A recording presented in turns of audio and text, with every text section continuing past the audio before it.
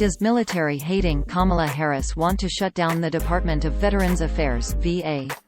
No, that's not true. The claim is based on an article that was posted to a satirical website and included made-up quotes from the vice president.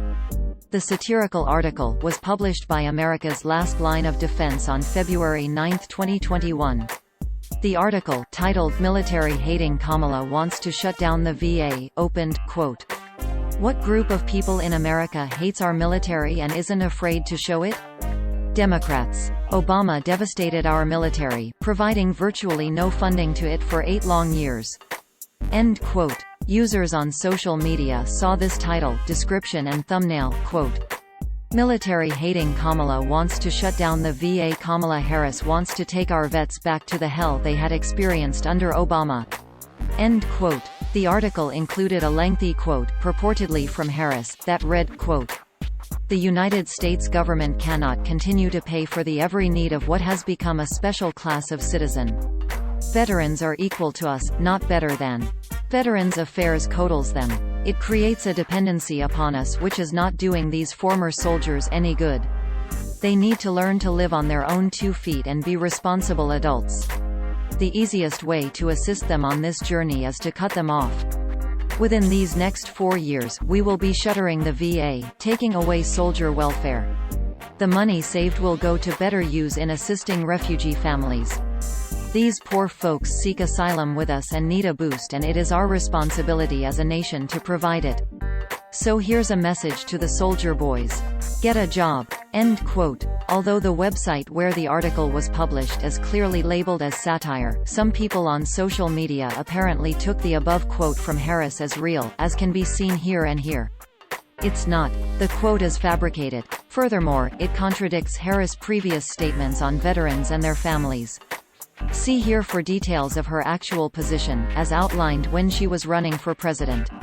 The website is part of the America's Last Line of Defense network of satire websites run by self-professed liberal troll Christopher Blair from Maine, along with a loose confederation of friends and allies. He runs several websites and Facebook pages with visible satire disclaimers everywhere.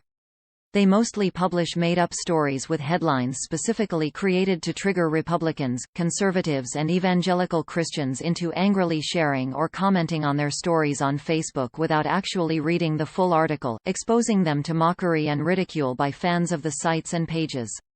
Every site in the network has an About page that reads, in part, quote, "About satire before you complain and decide satire is synonymous with comedy, satirisati. Are noun the use of humor, irony, exaggeration, or ridicule to expose and criticize people's stupidity or vices, particularly in the context of contemporary politics and other topical issues. Everything on this website is fiction. It is not a lie and it is not fake news because it is not real. If you believe that it is real, you should have your head examined. Any similarities between this site's pure fantasy and actual people, places, and events are purely coincidental, and all images should be considered altered and satirical. See above if you're still having an issue with that satire thing."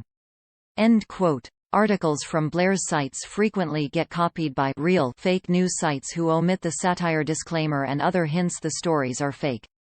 One of the most persistent networks of such sites is run by a man from Pakistan named Kashif Shahzad Khokhar, aka Dashi Kashi, who has spammed hundreds of such stolen stories into conservative and right-wing Facebook pages to profit from the ad revenue.